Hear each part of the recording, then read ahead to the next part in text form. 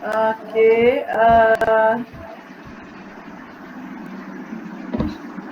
sana.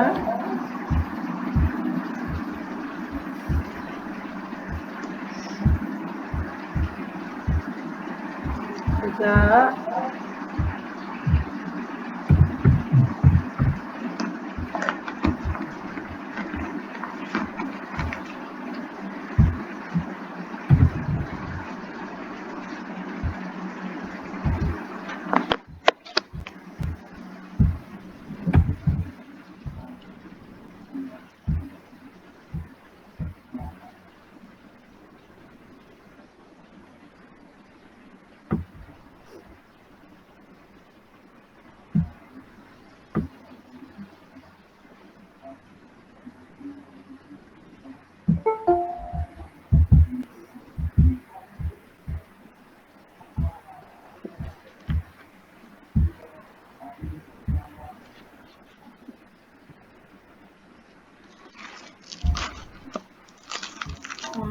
Tunggu sekejap Cikgu nak share PowerPoint.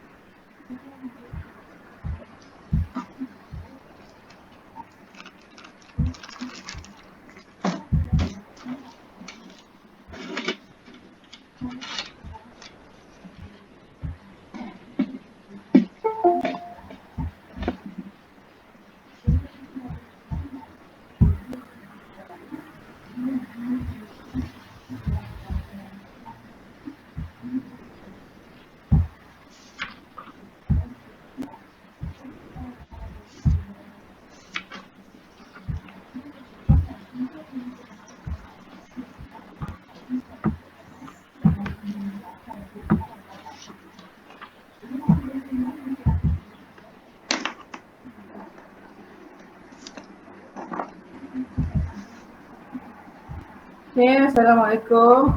Boleh nampak tak apa yang cikgu share? Boleh. Okey, kita sambung pelajaran hari itu tentang kebebasan asasi warga negara Malaysia. Okey. Kebebasan asasi warga negara Malaysia ni yang pertama, okey, bebas bercakap, berhimpun dan tubuh persatuan, iaitu perkara 10. Okey, siap-siap. Ada orang nak masuk lagi.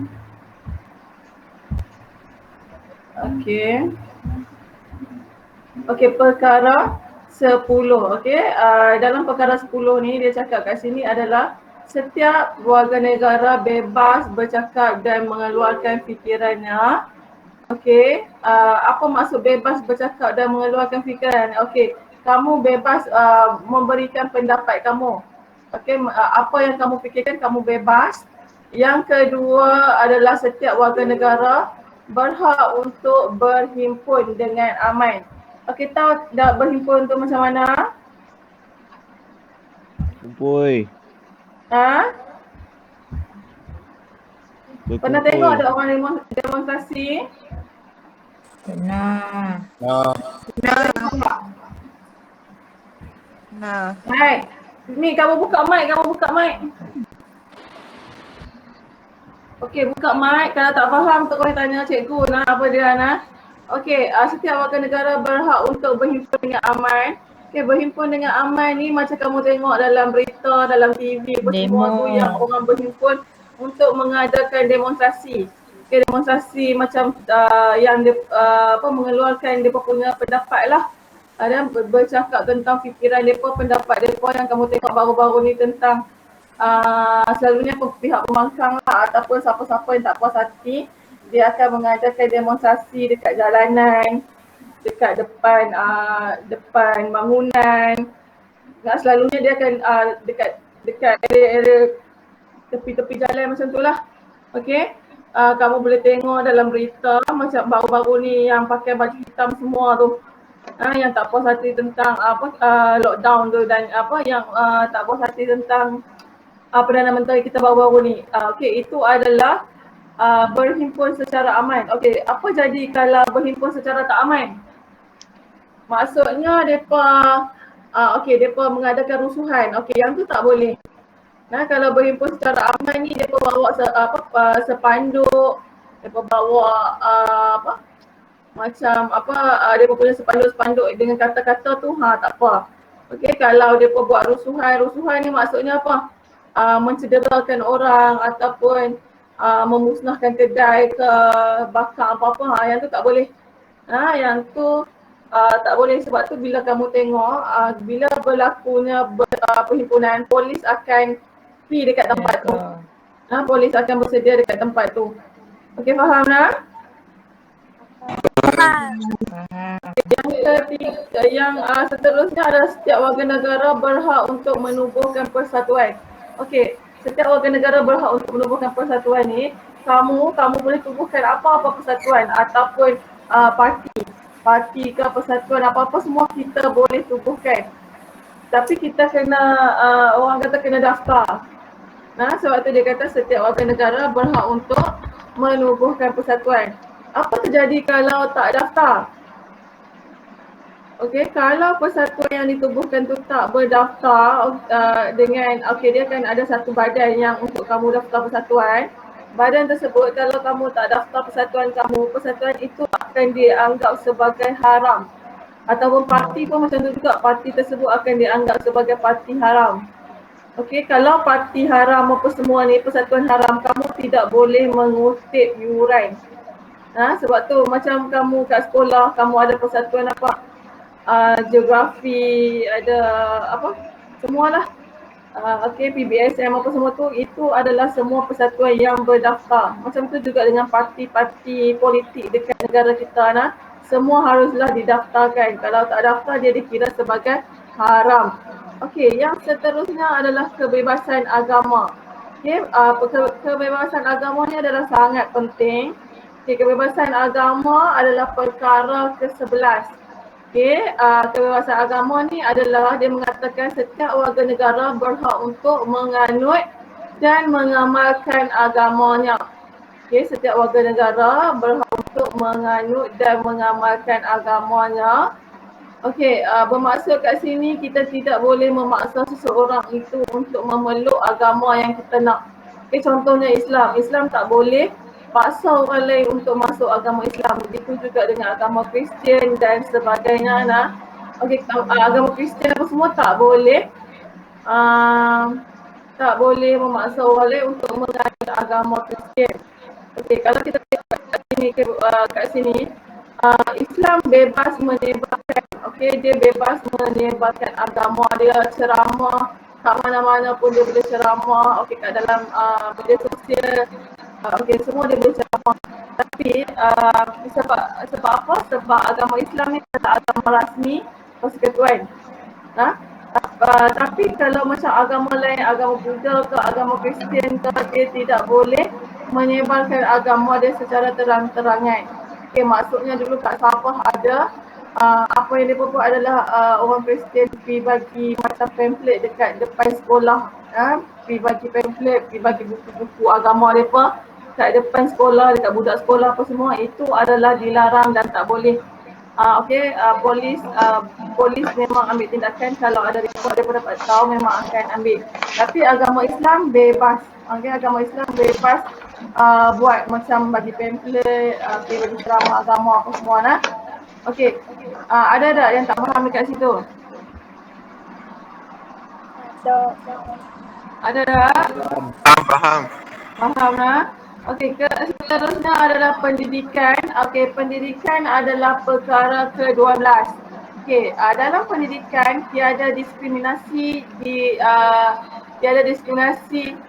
dalam negara kita. Apa maksud diskriminasi ialah macam kamu kata itu, tiada perbezaan antara satu kaum dengan kaum yang lain.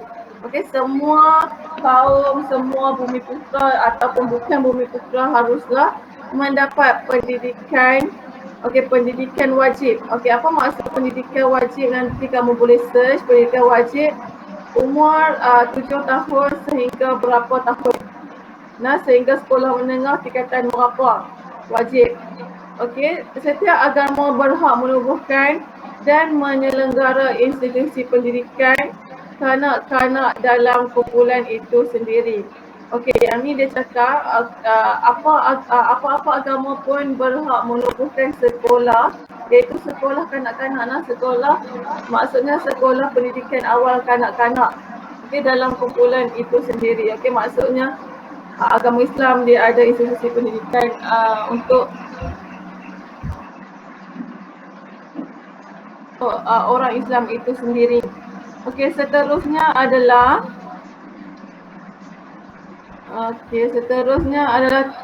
hak terhadap harta. Hak terhadap harta ni adalah perkara ke-13. Okey, hak terhadap harta perkara 13 iaitu seseorang itu tidak boleh dilucutkan hak terhadap harta kecuali mengikut undang-undang. Okey, yang ni dah cikgu terangkan seseorang itu yang ada harta, okey, tidak boleh dilucutkan. Okey, kiranya orang lain tidak boleh merampas harta dia. Okey, kecuali menurut undang-undang. Apa yang dikatakan menurut undang-undang ni sekiranya dia ada hutang dan bankrupt dan sebagainya, hutang tersebut ataupun dia pajak tanah dia, harta dia, ataupun dia tak bayar ke macam contohnya rumah dia beli rumah. Sekejap ya.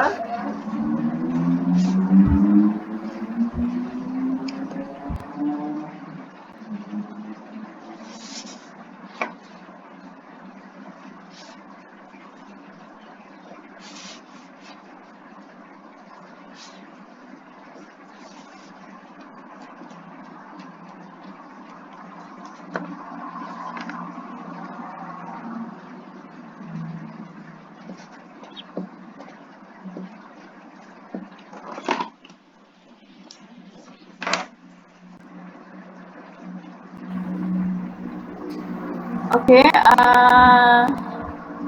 seseorang itu tidak boleh dilucutkan hartanya kecuali menurut undang-undang. Okey, contohnya kamu beli rumah ke, kamu beli kereta ke, tak boleh bayar apa semua dan orang rampas, itu adalah mengikut undang-undang lah. Okey, sesuatu harta yang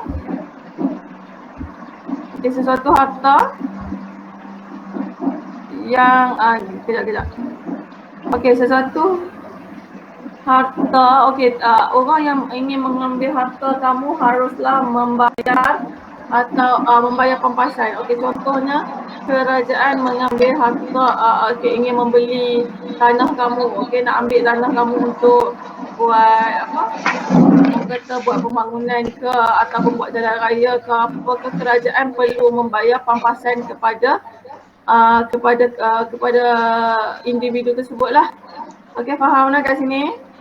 Boleh tak? Boleh. Faham. Boleh.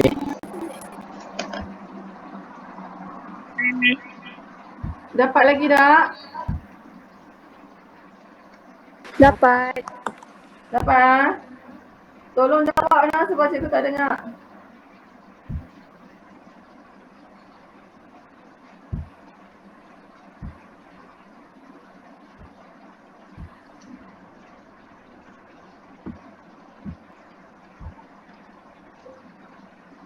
Okey, seterusnya tepi dekat okey. Dapat lagi nak? Okey, seterusnya kita pergi dekat sekatan terhadap kebebasan asasi. Okey, sekatan terhadap kebebasan asasi ni, apa yang dikatakan dekat sini ialah, hello, ada orang tak? Ya. Ada. Faham tak apa yang cikgu cakap tadi? Sekali cikgu nak bagi soalan ni.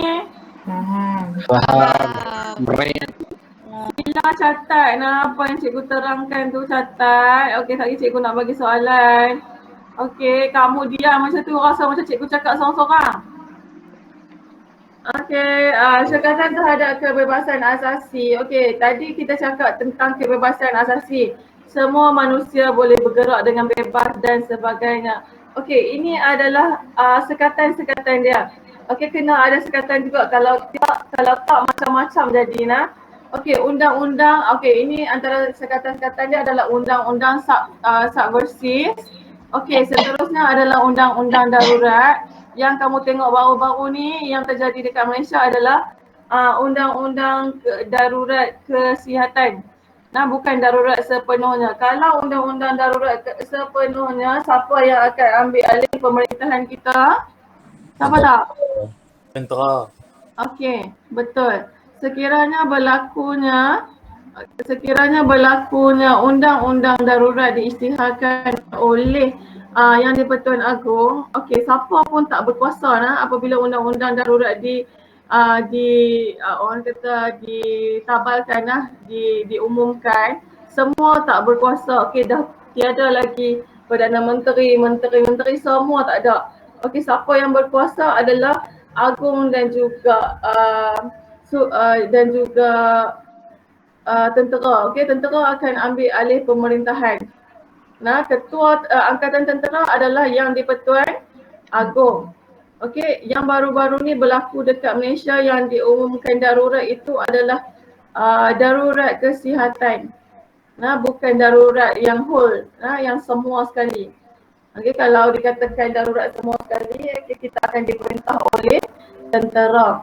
Okey, yang ketiga adalah akta kesalahan keselamatan. Okey, yang ni kalau kamu buat kesalahan apa yang berkaitan dengan keselamatan, dia ada akta dia sendiri.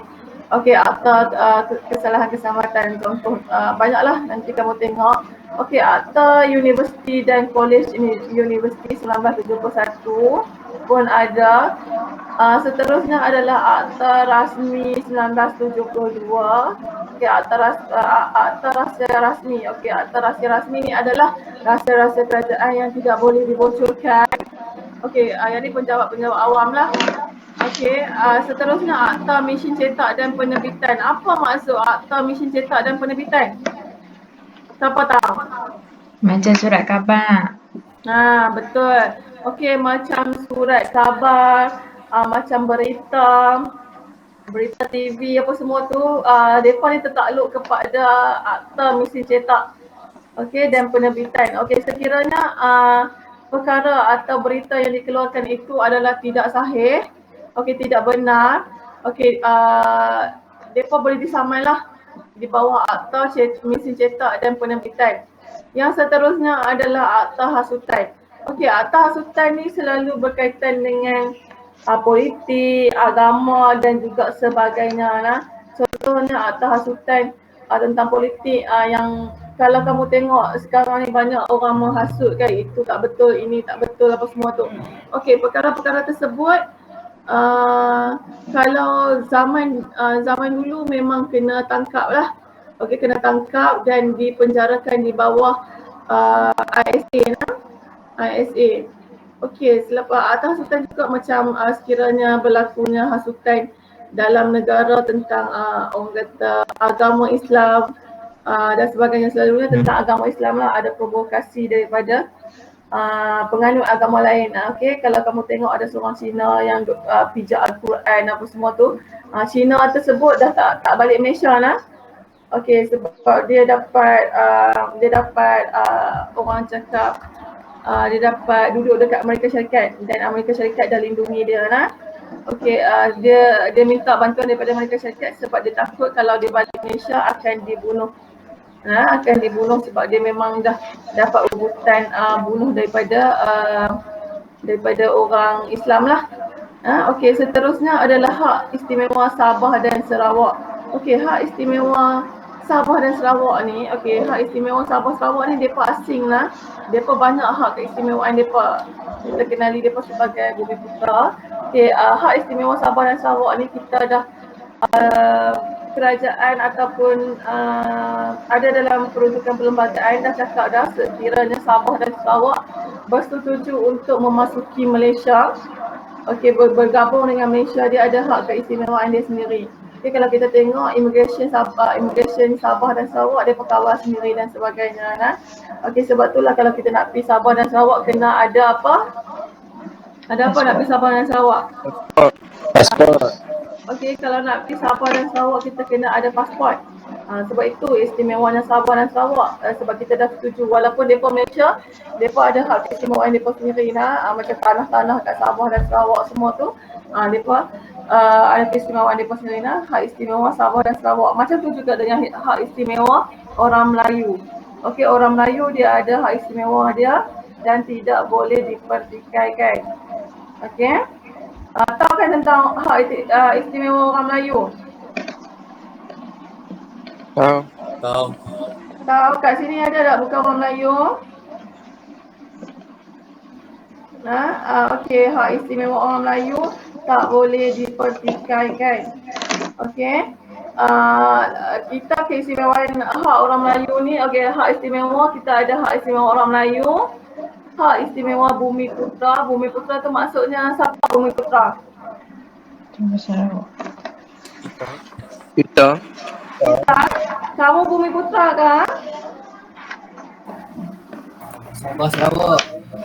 Okey, kita dikenali sebagai orang Melayu, okey. Seterusnya ada Bumi Putra. Bumi Putra tu adalah Bumi Putra dan Sabah Sarawak. Okey, Bumi Putra tu orang asli dan sebagainya dan juga orang Sabah dan Sarawak.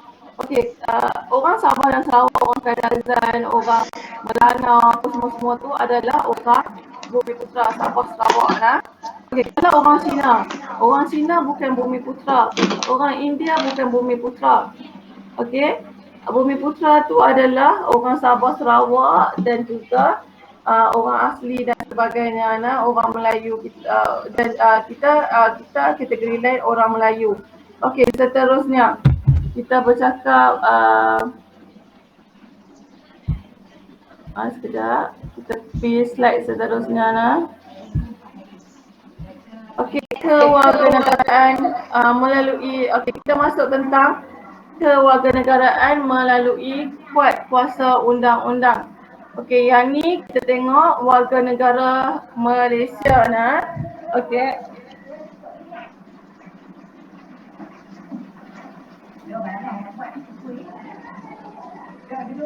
Okey, ini adalah tentang kewarganegaraan Malaysia melalui kuasa undang-undang. Okey, diterangkan dekat sini. Okey, sila ambil note dekat sini. Okey, tolong tulis nota. Okey, kalau tidak cikgu cakap saja kamu akan lupa. Setiap orang yang dilahirkan sebelum Hari Malaysia iaitu 16 September sebelum 16 September 1963. Okey, yang ni kamu kena tengok sebelum Hari Malaysia. Hari Malaysia bukan kemerdekaan. Okey, merdeka kita Tanah Melayu merdeka adalah pada 31 Ogos. Okey, yang ni dikira sebelum Hari Malaysia 1963. Dia akan menjadi warga negara persekutuan sebelum Hari Merdeka. Okey. Dia dilahirkan di persekutuan pada atau selepas Hari Merdeka dan sebelum Oktober 1962. Yang ni antara dia punya syarat-syarat untuk menjadi warga negara melalui kuasa undang-undang.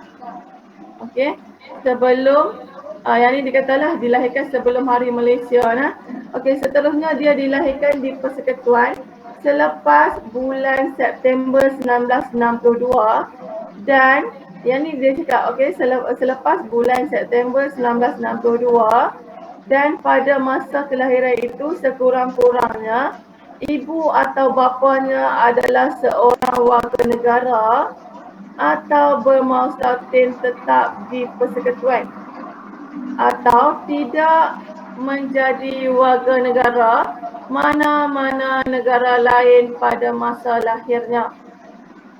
Faham tak? Faham. Ada tak faham tak? tak faham sila tanya cikgu terus Dia cakap, okey, seseorang itu yang dilahirkan di persekutuan tu kat mana? Persekutuan Tanah Melayu Okey, yang ni dikatakan Persekutuan Tanah Melayu selepas bulan September 1962. Okey, tak sah dia kata dilahirkan sebelum dia persekutuan pada selepas merdeka, iaitu sebelum Oktober 1962. Ni syarat ketiga pula. Dia dilahirkan selepas bulan September 1962, tapi mak dengan ayah dia, mak atau ayah dia mestilah warga negara. Okey, mak atau ayah dia mestilah warga negara dan menetap di persekutuan. Dia mestilah mak dengan ayah dia menetap di persekutuan dan mak dengan ayah dia bukan warga negara dan dia juga tidak menjadi warga negara lain pada masa dia lahir. Okey, dia tak ada warga negara mana pun tapi dia dilahirkan selepas September 1962. Mak atau ayah dia salah seorang tu adalah warga negara. Kalau mak dengan ayah dia bukan warga negara, dia tidak boleh menjadi warga negara Malaysia. Okey, warga negara persekutuan melalui kuat kuasa undang-undang. Faham Faham. Nombor 4. Okey, syarat keempat, dia dilahirkan di luar persekutuan. Maksudnya dia dilahirkan luar pada Persekutuan Tanah Melayu. Okey, luar pada Semenanjung Malaysia. Yang sekarang Semenanjung Malaysia lah, kalau dulu kita panggil Persekutuan Tanah Melayu, pada atau selepas hari merdeka. Okey, dia dilahirkan pada atau tarikh lahir dia selepas hari merdeka, iaitu 31 Ogos. 31 Ogos, dan pada hari kelahirannya bapanya seorang warga negara. Okey, yang ni dia nyatakan ayah dia mestilah warga negara. Okey, mak dia tak kisah warga negara atau tak. Dan telah dilahirkan di persekutuan. Ayah dia pun dilahirkan di persekutuan. Okey, itu adalah syarat-syaratnya. Maksudnya ayah dia ni adalah seorang warga negara dan telah dilahirkan di Tanah Melayu lah. Boleh faham? Faham. Kalau benda ni kalau kamu tak faham, kamu try baca banyak-banyak kali. Okey, kalau kamu tak faham juga, tanya cikgu. Okey, terus tanya cikgu. Okey, ni kewarganegaraan kuat kuasa undang-undang. Seseorang itu seseorang itu dilahirkan pada atau selepas Hari Malaysia. Hari Malaysia bila? Rujuk balik 1963. Okey, dia dilahirkan di persekutuan. Ibu atau bapanya seorang warga negara atau bermustatin tetap di persekutuan. Nombor 2, dilahirkan di luar persekutuan.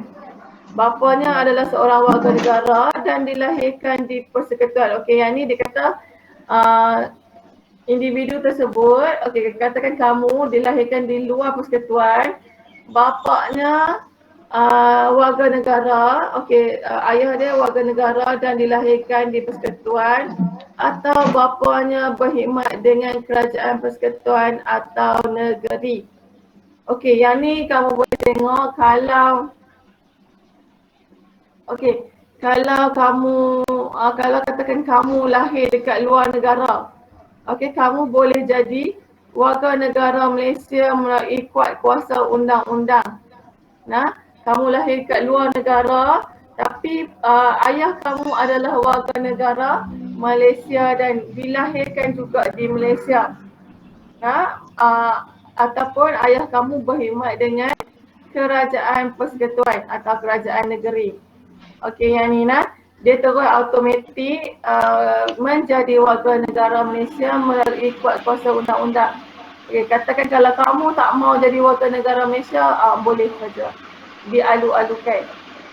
Nah, okey, yang ni katakan kamu lahir dekat mana, dekat US ke, UK ke, okey, asalkan ayah kamu adalah warga negara Malaysia. Okey, yang ketiga adalah dilahirkan di luar persekutuan, bapanya warga negara dan dalam tempoh yang ditetapkan mendaftar kelahiran di Pejabat Konsul Persekutuan atau kelahiran itu didaftarkan dengan Kerajaan Persekutuan jika kelahiran itu berlaku di Brunei. Okey, dia kena daftar dulu. Dia kena daftar kelahiran tersebut di Pejabat Konsul Persekutuan. Okey, seterusnya dilahirkan di Singapura dan ibu atau bapanya seorang warga negara. Okey, yang ni dia kata kalau kamu dilahirkan di Singapura, tapi ayah atau mak kamu mestilah seorang warga negara. Okey, yang seterusnya dia dilahirkan di persekutuan dan pada masa kelahirannya dia tidak menjadi tidak menjadi warga negara bagi mana-mana negara. Okey, faham ya? Faham. Boleh faham ke? Orang. Faham.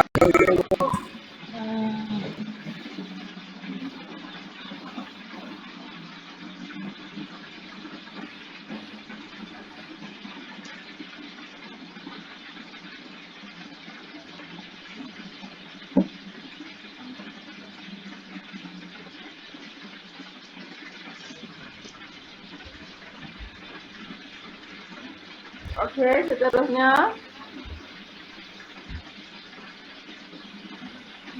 Okey. Yang ini adalah ringkasan mendapat kewarganegaraan melalui kuasa undang-undang selepas Hari Malaysia. Okey, boleh snap gambar ni.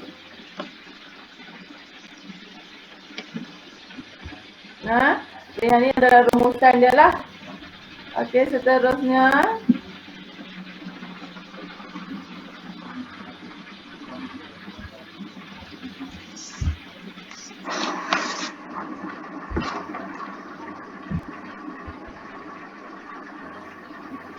Okey, seterusnya kewarganegaraan melalui pendaftaran. Okey, yang tak sah adalah melalui kuasa undang-undang. Yang ni adalah melalui kewarganegaraan melalui pendaftaran.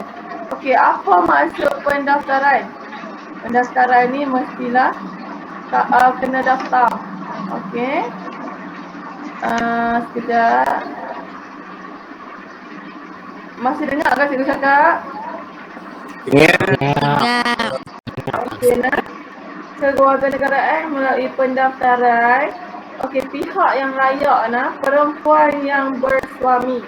Okey, ini adalah perkara 15/1. Okey, syarat-syarat perempuan yang bersuami, perkahwinan didaftarkan di persekutuan. Okey, perkahwinan yang tersebut haruslah didaftarkan di persekutuan. Pada tarikh permohonan dia masih bersuami dan suaminya seorang warga negara. Pada permulaan bulan Oktober 1962. Okey, ini adalah bagi perempuan. Perempuan ni adalah bukan warga negara Dia orang lain, orang Indonesia ke, orang India ke, yang berkahwin dengan lelaki warga negara Malaysia. Tapi bila dia kahwin dengan lelaki warga negara Malaysia, perkahwinan tersebut haruslah didaftarkan di persekutuan. Okey, kalau dia pergi kahwin dekat mana, dekat Siam ke, dekat Indonesia ke, dan perkahwinan tersebut dia tak didaftarkan dekat Malaysia, tak boleh. Kalau dia kahwin dekat mana-mana pun dia balik, dia kena daftar dulu dekat Malaysia, dekat persekutuan. Okey, pada tarikh permohonan tu dia masih lagi bersuami. Okey, kiranya kat sini dia tak bercerai lah. Kalau katakan dia kahwin dengan orang Malaysia, lepas tu dia bercerai, dia tidak boleh memohon sebagai warga negara melalui pendaftaran. Okey. Faham tak kat situ? Faham. Faham. Okey. Syarat ketiga adalah telah bermaksatin. Okey. Apa maksud bermaksatin ini dah? Telah menetap di persekutuan sepanjang tempoh 2 tahun sebelum tarikh permohonan. Okey, maksudnya dia kena dah duduk kat dekat Malaysia ni, dekat persekutuan ni selama 2 tahun. Sebelum dia minta, sebelum dia daftar lah, sebelum dia mohon. Dan berniat hendak bermaksatin. Dan dia tu berniat nak menetap di Persekutuan Malaysia. Okey, seterusnya syaratnya adalah berkelakuan baik. Okey, berkelakuan baik, tak ada lah salah laku apa-apa. Okey, yang tu adalah untuk perempuan yang bersuami. Yang seterusnya adalah seseorang yang berumur kurang daripada 21 tahun. Okey, seseorang yang berumur kurang daripada 21 tahun, dia adalah dalam perkara 15-2. Dalam ni dia cakap sekurang-kurangnya ibu atau bapa dia adalah seorang warga negara. Okey, tak kisahlah mak ke ayah dia adalah seorang warga negara. Okey, dia boleh memohon melalui pendaftaran. Okey, faham tak? Faham. Okey, seterusnya pihak yang ketiga pula, seseorang yang berumur 18 tahun atau lebih dan dilahirkan di persekutuan sebelum Hari Merdeka. Ini adalah perkara 16. Okey, dia kata kat sini seseorang yang berumur 18 tahun ke atas dan dilahirkan di persekutuan, dia dilahirkan di Malaysia di persekutuan sebelum Hari Merdeka. Okey. Dia telah syarat-syaratnya dia telah bermaksatin di persekutuan sekurang-kurangnya 5 tahun dalam tempoh 7 tahun sebelum tarikh permohonan tersebut, berniat hendak menetap di persekutuan, berkelakuan baik dan mempunyai pengetahuan asas dalam bahasa Melayu. Okey, syarat-syarat ni dia akan selalunya dia akan keluar dalam soalan bahagian A dan juga bahagian B. Seterusnya pihak ke berapa? 5. Seseorang yang berumur 18 tahun atau lebih dan biasanya bermaksatin di Sabah dan Sarawak pada Hari Malaysia. Okey, syarat dia telah bermaksatin di wilayah-wilayah yang terkandung dalam negeri-negeri itu sebelum Hari Malaysia. Dan selepas Hari Malaysia, dia bermaksatin di persekutuan sekurang-kurangnya dalam tempoh 7 tahun, sekurang-kurangnya 7 tahun dalam tempoh sebelum, dalam tempoh 10 tahun sebelum tarikh permohonan tersebut. Okey, tarikh permohonan tersebut. Okey, dia berniat hendak bermaksatin secara tetap di persekutuan, berkelakuan baik dan dia mempunyai pengetahuan cukup dalam bahasa Melayu dan juga bahasa Inggeris. Okey. Seterusnya warga negara melalui, kat kamu ada berapa orang dah yang masuk? 30. Okey, warga negara melalui naturalisasi. Okey, warga negara melalui naturalisasi adalah syarat permohonannya haruslah berumur 21 tahun dan ke atas. Okey, dia mula daripada umur 21 tahun dan ke atas, telah bermaksatin di persekutuan sekurang-kurangnya 10 tahun dalam tempoh 12 tahun sebelum tarikh permohonan. Seterusnya, dia berniat hendak bermaksatin di persekutuan, berkelakuan baik, dia mempunyai pengetahuan yang memadai dalam bahasa Melayu. Okey, yang ni adalah naturalisasi. Kamu boleh tengok, kamu boleh snap. Okey, kewarganegaraan melalui pencantuman wilayah.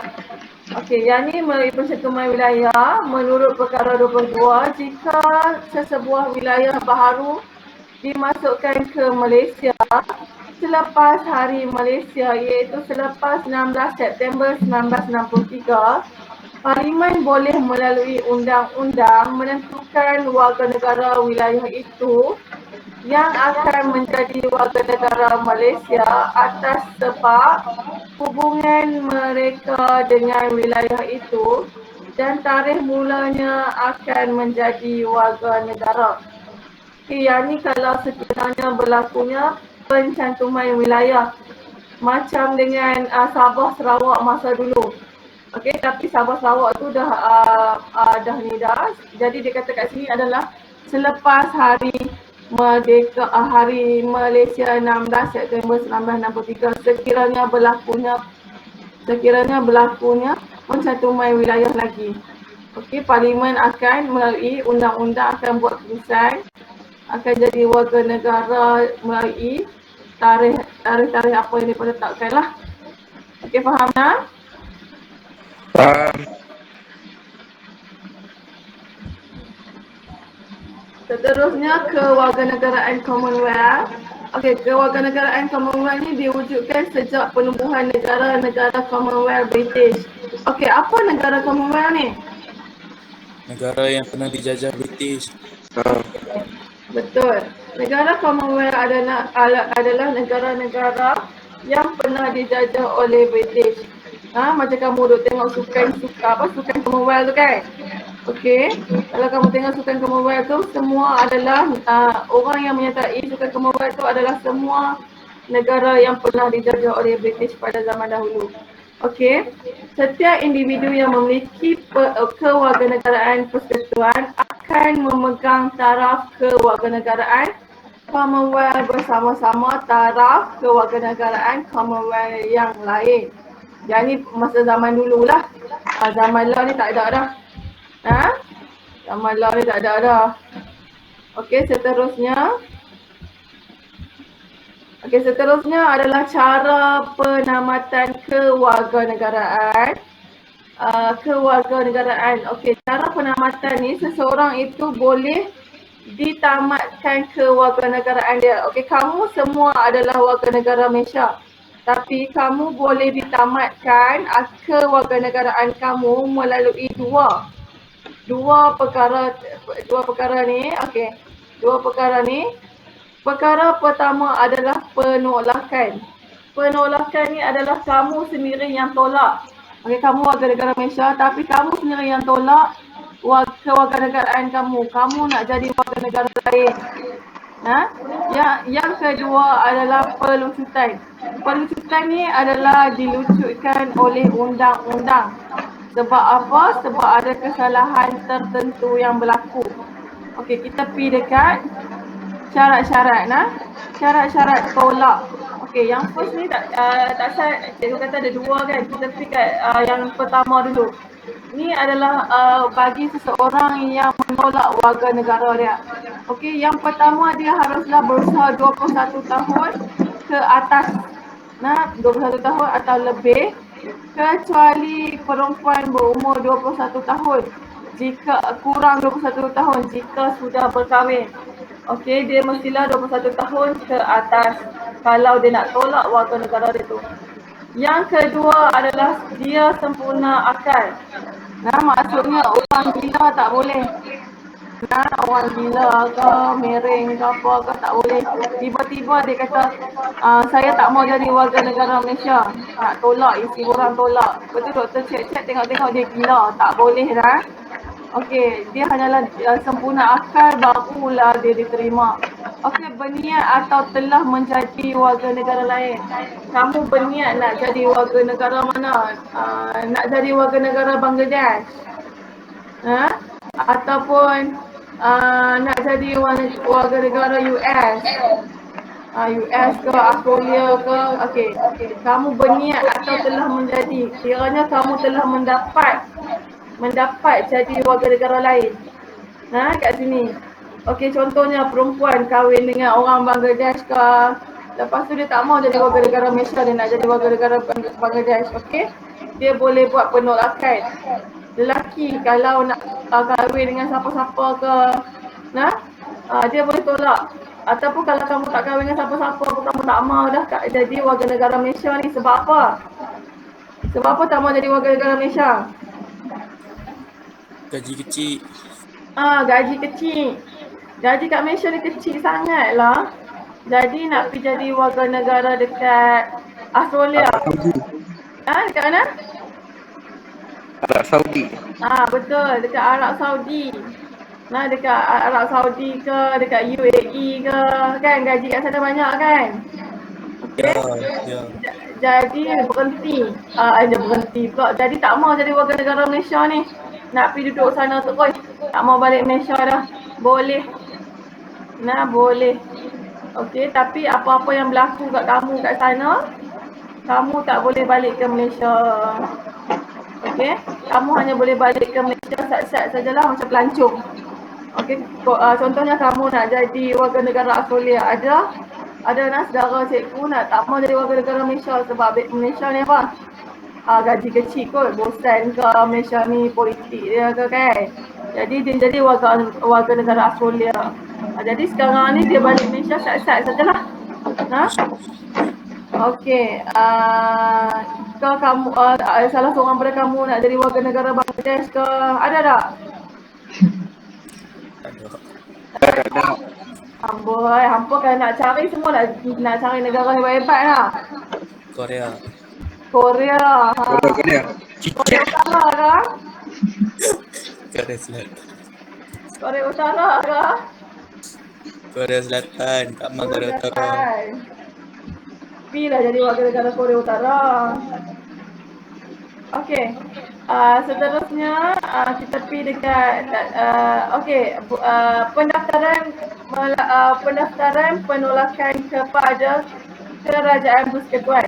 Okey, jadi kamu kena isi borang, kamu kena daftar penolakan warga negara kamu tu. Seterusnya adalah tidak sah seandainya persekutuan sedang berperang.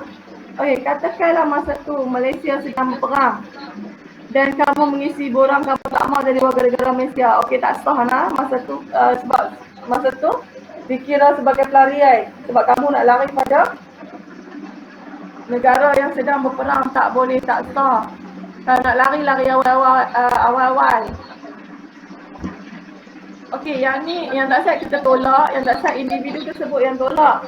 Okey, yang ni pula kita tengok tentang pelucutan kewarganegaraan. Okey, pelucutan kewarganegaraan ini adalah melalui pelucutan kewarganegaraan di bawah perkara 24 Perlembagaan Persekutuan. Yang pertama adalah dia telah memperoleh kewarganegaraan mana-mana negara asing. Maksudnya dia ada 2 warga negara kat sini.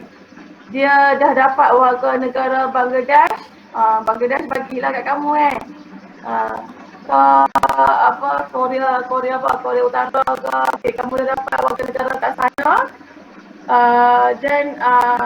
Jadi warga negara Malaysia kamu akan dilucutkan. Tak boleh memegang 2 warga negara. Okey, nombor 2 adalah telah menuntut dan menggunakan apa-apa hak kewarganegaraan negara asing dengan sengaja. Jadi kamu telah menuntut dan menggunakan hak warga negara lain. Okey, seterusnya yang ketiga adalah kewarganegaraan seseorang perempuan yang memperoleh kewarganegaraan dengan cara pendaftaran. Jika berpuas hati bahawa perempuan tersebut telah memperoleh kewarganegaraan mana-mana negara asing atas sebab perkahwinan dengan seseorang bukan warga negara. Okey, yang ni sekiranya perempuan tersebut dapat warga negara asing selepas dia berkahwin dengan orang bukan warga negara. Contohnya kahwin dengan orang Korea ke, dapat warga negara sana, dia akan dilucutkan warga negara kita. Okey, seterusnya adalah pelucutan kewarganegaraan di bawah perkara 25 perlembagaan persekutuan. Yang pertama adalah tidak setia kepada persekutuan melalui percakapan atau perbuatannya. Okey, yang ni adalah tak setia. Macam contohnya kamu mengutuk Malaysia, kutuk macam-macam. Okey, dia boleh dilucutkan ke warga negaraan dia. Okey, contohnya dia menghina Yang di-Pertuan Agong. Dia menghina sultan-sultan. Okey, ataupun dia mengatakan perkara yang menunjukkan dia tidak setia lah. Macam contohnya dia provok Malaysia untuk berperang ke apa ke kan. Jadi dia seolah-olah tidak setia kepada Malaysia. Melalui percakapan atau perbuatan dia akan dilucutkan ke warganegaraan. Okey. Yang kedua adalah semasa peperangan yang melibatkan persekutuan, dia telah berniaga atau membuat hubungan dengan musuh secara menyalahi undang-undang atau menyertai urusan yang boleh menolong musuh dalam peperangan tersebut. Okey, yang ini kita katakan sebagai berniaga atau menolong musuh lah sekiranya berlakunya peperangan. Okey, dalam tempoh 5 tahun bermula daripada pendaftaran atau dari tarikh perakuan diberikan, telah melakukan kesalahan di mana-mana negara dan dihukum penjara tidak kurang daripada 12 bulan dan tidak dan telah didenda tidak kurang daripada RM5,000 atau nilai mata wang negara tersebut. Mata wang negara tersebut. Okey. Seterusnya. Okey, perlu cerita warga negara juga menerima apa-apa jawatan atau pekerjaan atau telah berkhidmat dengan berkhidmat atau menjalankan kewajipan dalam apa-apa jawatan atau perkara di bawah kerajaan mana-mana negara asing. Okey, contohnya kamu bekerja dengan kerajaan negara asing. Mana-mana negara asing atau mana-mana bahagian siasahnya atau di mana-mana agensi kerajaan negara asing itu. Jika suatu sumpah ikrar atau akuan taat setia dikehendaki tentang jawatan atau pekerjaan tersebut. Okey, yang ni sekiranya kamu bekerja dengan kerajaan negara mana-mana, bukan kerajaan Malaysia lah, di mana-mana negara kamu bekerja dengan kerajaan tersebut dan kamu perlu sign surat akuan taat setia. Okey, adalah akad sumpah dia, ikrar apa semua, kamu akan dilucutkan ke warganegaraan. Okey, seterusnya bermaksatin di negara asing selama 5 tahun berturut-turut dan dalam tempoh itu orang tersebut tidak bekerja dengan kerajaan persekutuan atau agensi pertubuhan antarabangsa yang disertai oleh kerajaan persekutuan.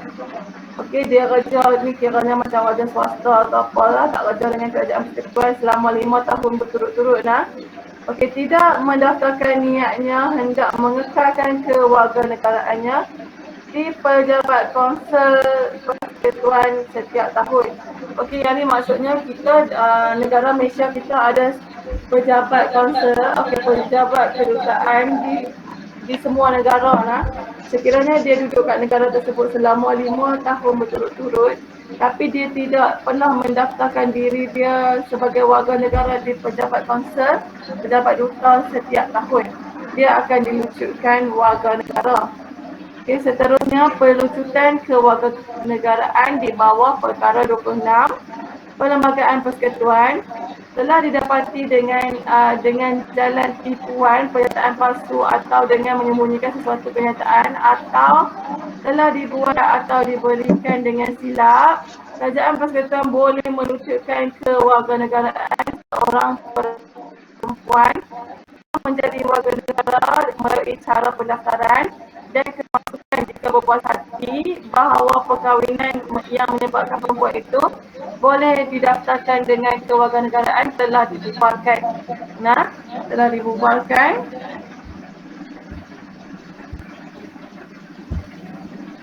telah dibubarkan atas apa-apa kesalahan, apa-apa sebab dalam tempoh 2 tahun melalui tarikh perkahwinan itu. Sikit ni perempuan kalau dia kahwin, perempuan warga negara luar, dia berkahwin dengan warga negara Malaysia dan dia telah mendapat warga negara Malaysia melalui cara pendaftaran ataupun cara masukan. Jika berpuas hati bahawa perkahwinan tersebut telah dibubarkan, kiranya dia telah bercerai dengan warga negara Malaysia. Dia telah bercerai dengan warga negara Malaysia atas apa-apa sebab. Dalam tempoh 2 tahun. Dari tarikh perkahwinan tersebut, dia akan dilucutkan ke warganegaraan. Faham? Faham. Faham. Nasib ada orang jawab, cikgu ingat cikgu cakap seorang-seorang lah. Seterusnya.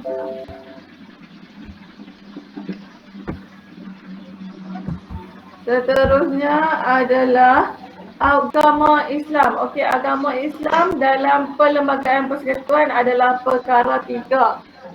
Dalam agama Islam, dalam Perlembagaan Persekutuan, dia menyatakan bahawa Islam adalah agama rasmi persekutuan. Apa itu agama rasmi persekutuan? Agama rasmi persekutuan adalah Semenanjung Malaysia.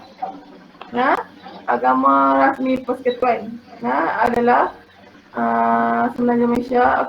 Agama lain bebas diamalkan. Apa yang maksudnya agama lain bebas diamalkan?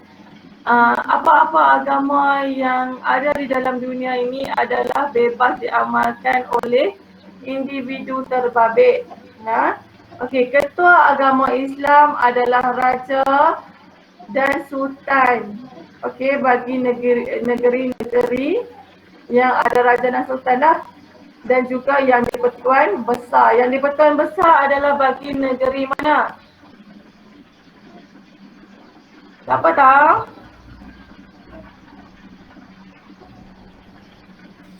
Tahu. Johor ke? Johor? Johor ada raja tak?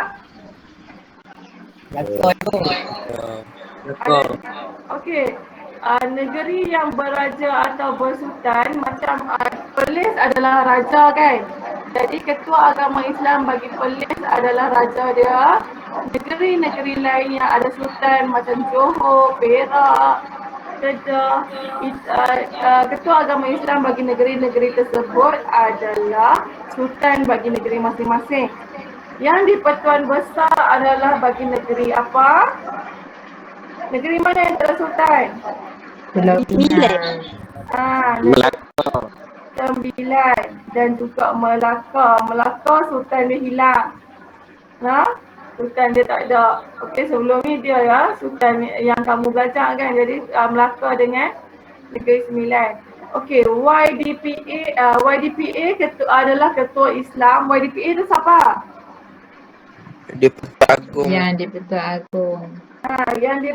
Agong.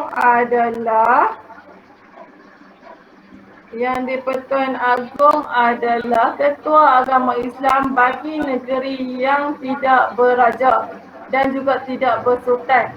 Contohnya siapa? Sabah dan Sarawak.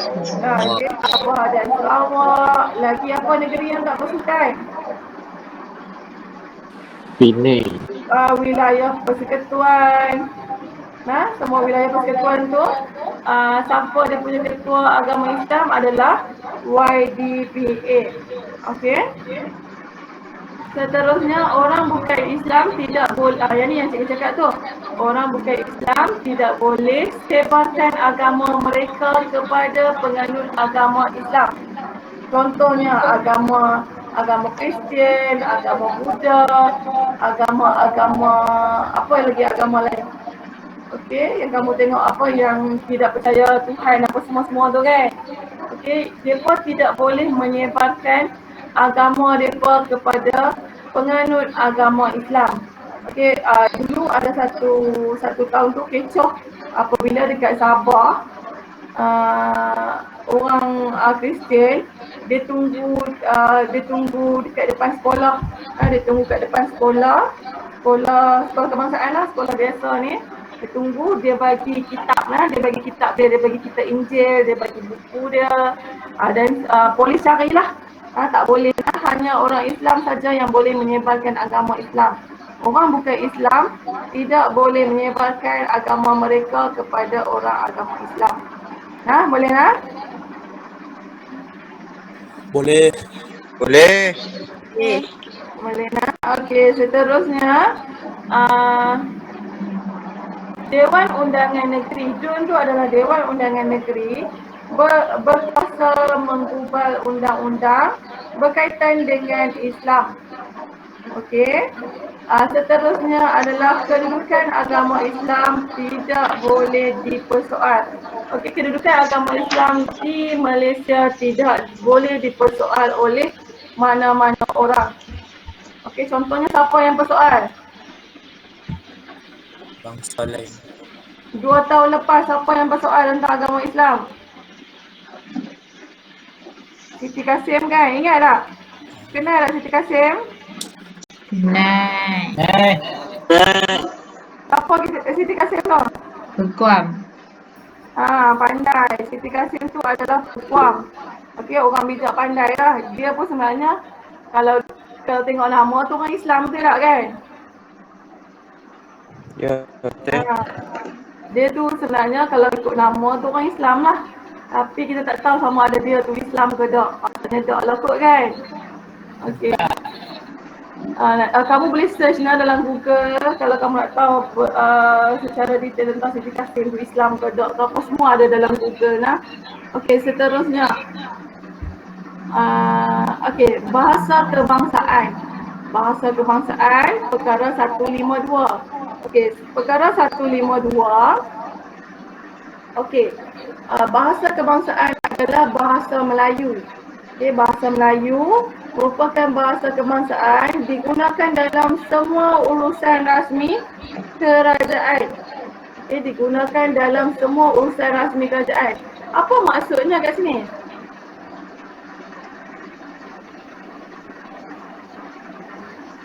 Okey, siapa boleh bagi tahu cikgu apa maksud digunakan dalam semua urusan rasmi kerajaan? Menggunakan bahasa Melayu dengan sepenuhnya. Maksudnya? Kalau nak buat surat ke Buat undang-undang ke guna bahasa Melayu. Okey, betul. Kiranya dalam apa-apa mesyuarat rasmi kerajaan haruslah menggunakan bahasa Melayu.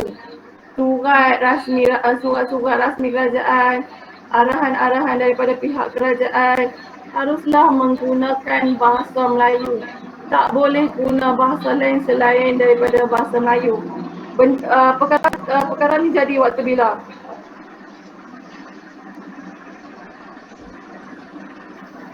Okey, pernah tak kenyataan rasmi kerajaan dalam bahasa lain? Tak pernah. Okey. Ada 2 tahun lepas waktu pemerintahan kerajaan lain. Okey, masa tu banyak menteri Cina kan? Kamu tengok menteri pendidikan masa tu adalah Melayu kan? Dia punya dia punya penolong menteri Pembantuan Menteri Pendidikan adalah Cina kan? Betul tak? Ingat tak? Tak ingat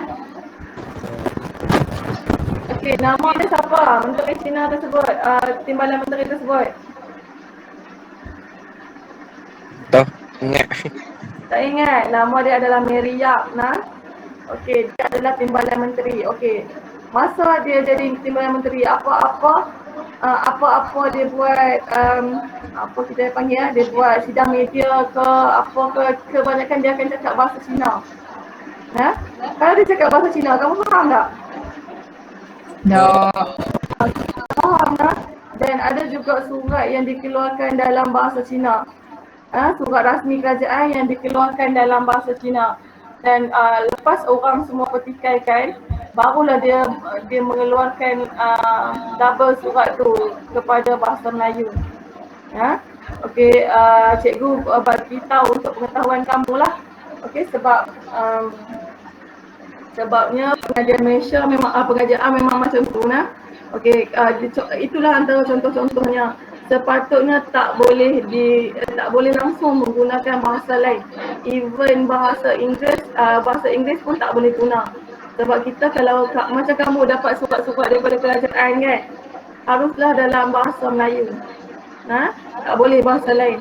Okey, itu adalah satu kesalahan dia kiranya sebagai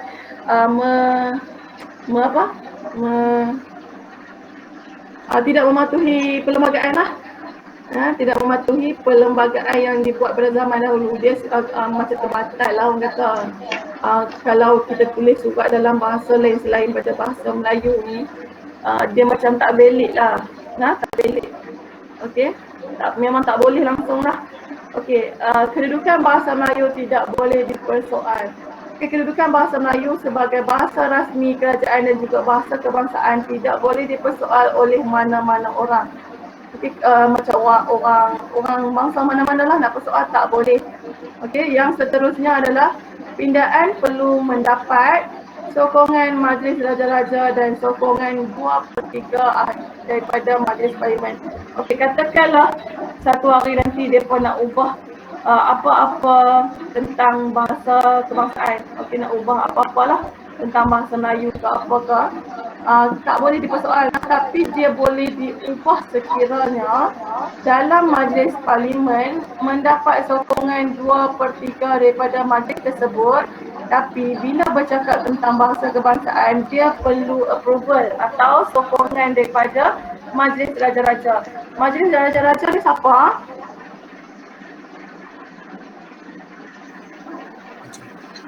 Yang nak? Raja-raja. Raja-Raja. Okey, Majlis Raja-Raja ni adalah satu majlis, satu badan yang menghimpunkan semua raja dan sultan. Okey, jadi bila nak meminda undang-undang tentang meminda perlembagaan persekutuan tentang bahasa kebangsaan, dia mestilah mendapat sokongan daripada raja-raja. Katakanlah 2/3 ahli parlimen setuju nak ubah bahasa kebangsaan, nak guna bahasa Inggeris. Tapi dia tidak mendapat approval daripada Majlis Raja-Raja. Jadi perkara tersebut tidak akan dilaksanakan. Dia mesti dapat sokongan daripada Majlis Raja-Raja dahulu. Okey, faham tak? Faham.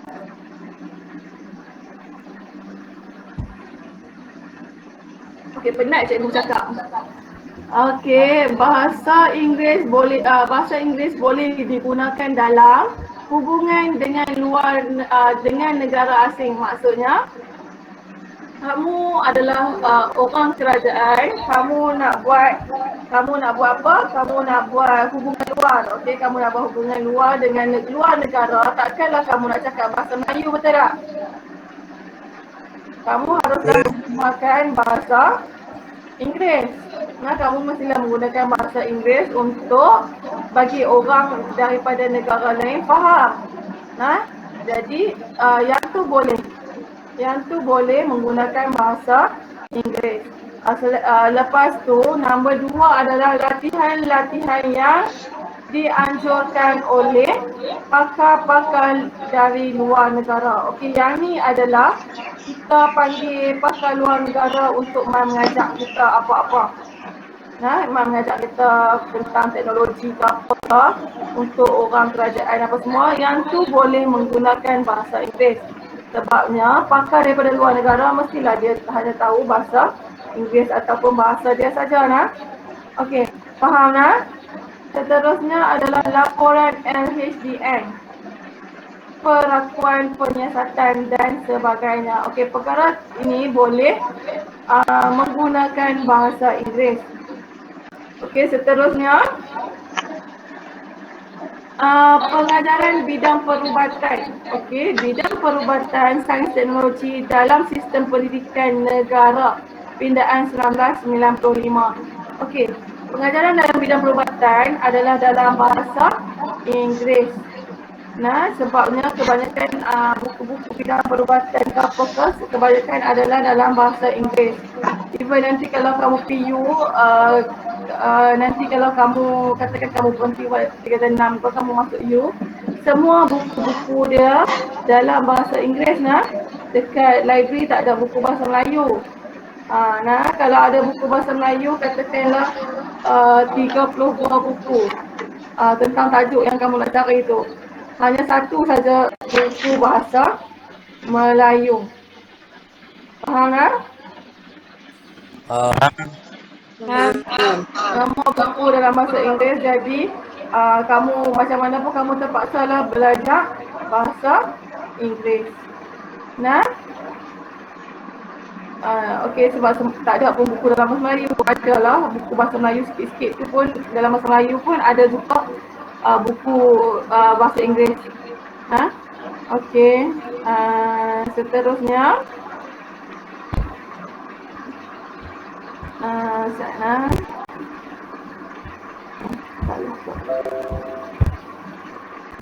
Okey, kedudukan orang Melayu dan Putra Sabah dan Sarawak.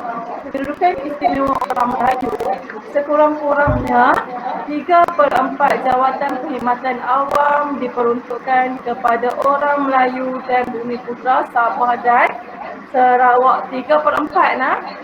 Okey, itu adalah kita punya kedudukan istimewa kita lah. Sebab tu kalau kamu tengok bangsa lain, dia kurang dalam perkhidmatan awam. Perkhidmatan awam lah, perkhidmatan kerajaan kurang bangsa lain. Ada tapi hanyalah sikit saja. Okey, boleh bilang. Okey, kedua adalah lesen-lesen perdagangan tertentu diberikan kepada orang Melayu dan Bumiputra di Sabah dan Sarawak. Okey, lesen-lesen pun dihaskan untuk orang Melayu dan Sabah Sarawak saja. Kuota peluang pendidikan tingkatan 6, kursus matrikulasi dan peringkat universiti juga disediakan untuk orang Melayu dan Bumiputra Sabah dan Sarawak. Okey, orang Cina ada tak masuk tingkatan 6? Ada tak? Ada, tapi hanya yang betul-betul pandai sahaja, yang betul-betul terpilih sahaja yang akan boleh masuk Form 6. Okey, kursus matrikulasi. Kursus matrikulasi pun sama, hanya China dan India yang pandai saja yang boleh masuk matrikulasi, dan juga peringkat universiti. Kalau kamu tengok UiTM, semua-semua UiTM kebanyakan orang yang boleh masuk UiTM adalah orang Melayu dan juga Bumiputra Sabah dan Sarawak. Nah, sebab dia MARA. Bila bercakap pasal MARA ni, dia memang straight. Dia memang straight untuk Melayu, Sabah dan Sarawak. Ada kota dia. China dan India adalah sedikit sahaja, sedikit saja yang boleh masuk. Yang terpilih saja. Okey, seterusnya pemberian beasiswa kepada orang Melayu dan Bumiputra di Sabah Sarawak setakat kemampuan kerajaan. Okey, ada beasiswa kita. Orang bukan Bumiputra, maksudnya orang Cina, India yang bukan Bumiputra dan bukan orang Melayu tidak mendapat beasiswa daripada kerajaan. Faham tak? Boleh faham tak? Faham. Sabah Sarawak dan juga orang Melayu dan juga Bumiputra, orang asli semua tu dapat. Okey. Seterusnya, Yang di-Pertuan Agong bertanggungjawab untuk melindungi hak-hak istimewa Bumiputra dan hak-hak yang sah bagi rakyat bukan Bumiputra. Okey, semuanya dilindungi oleh Yang di-Pertuan Agong. Okey, seterusnya Seterusnya, takrifan Melayu dalam Perlembagaan Persekutuan menurut Perkara 160 kurungan 2, Melayu artinya seseorang yang menganut agama Islam lazim bercakap bahasa Melayu dan mengamalkan adat istiadat Melayu. Okey, orang Melayu mestilah Islam. Tak ada orang Melayu bukan Islam. Nama Melayu saja mestilah Islam dan bercakap menggunakan bahasa Melayu. Orang itu juga perlu memenuhi satu daripada syarat-syarat berikut. Dia dilahirkan di Persekutuan atau Singapura sebelum Hari Merdeka, atau ibu bapanya telah dilahirkan di Persekutuan atau di Singapura, atau pada hari Merdeka itu dia bermasatin di Persekutuan atau di Singapura, atau dia berketurunan seseorang yang memenuhi syarat A. Okey. Seterusnya, tanah rizab orang Melayu. Okey, orang Melayu dia ada tanah rizab dia. Hanya orang Melayu saja ada tanah rizab. Menurut Perkara 89 kurungan 6, tanah rizab orang Melayu artinya tanah yang dihaskan untuk diberi milik kepada orang-orang Melayu atau kepada bumi putera bagi negeri tempat letaknya tanah tersebut. Okey, bumi putera, apa maksud bumi putera kat sini adalah bumi putera Sabah dan Sarawak. Bumi putera termasuk dengan orang asli lah. Tanah rizab orang Melayu tidak boleh dijual kepada orang bukan Melayu. Kerajaan negeri boleh mengikut undang-undang yang ada mengisytiharkan mana-mana tanah sebagai tanah rizab orang Melayu jika tanah itu diambil oleh kerajaan negeri melalui perjanjian dengan tuan punya tanah untuk dijadikan tanah rizab orang Melayu. Tuan punya tanah, setiap orang yang mempunyai hak atau kepentingan terhadap tanah itu membuat permohonan untuk menjadikan tanah itu adalah tanah rizab orang Melayu. Yang ketiga, jika mana-mana tanah terhenti daripada menjadi tanah rizab orang Melayu, kerajaan negeri hendaklah mengisytiharkan mana-mana tanah lain yang serupa jenisnya dengan tanah itu dan seluas tidak melebihi tanah itu sebagai tanah rizab orang Melayu untuk menggantikan tanah rizab yang terhenti itu. Okey, bermaksud kalau tanah kamu tu tanah rizab orang Melayu, kalau kamu nak jual, kamu tak boleh jual kepada orang bukan Melayu. Kalau nak jual, haruslah dijual kepada orang Melayu. Faham? Faham. Okey, bidang kuasa kerajaan, persekutuan dan kerajaan negeri dalam jadual ke-9.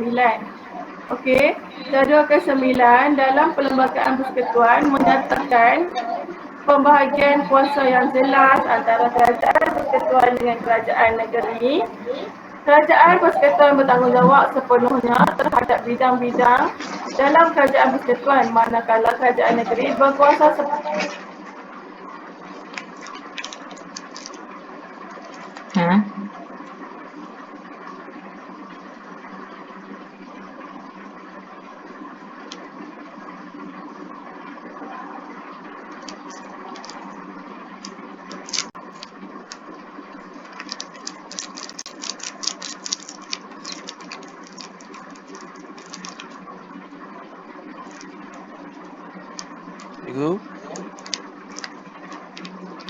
Cikgu. Oh, cikgu. Mic buka tak dengar ke? Kok hilang? Cicah.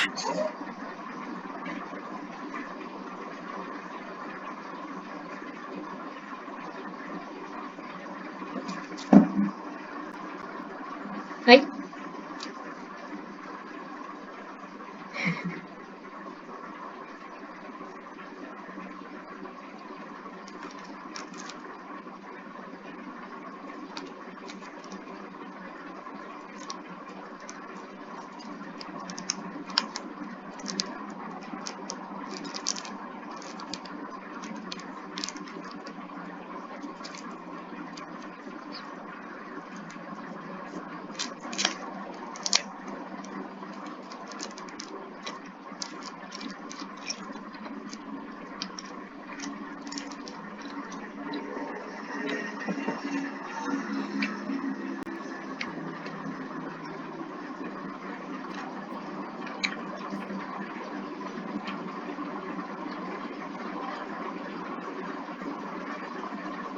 Habis dah ke?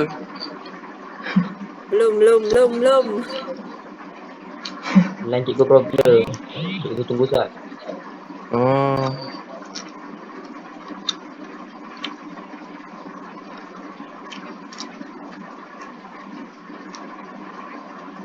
Hello.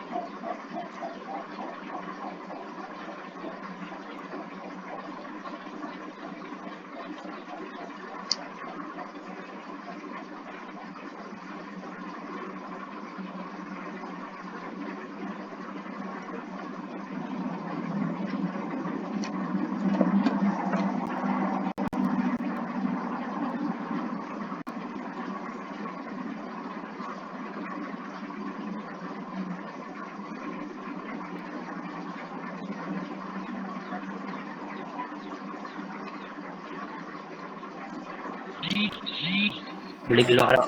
Pelang.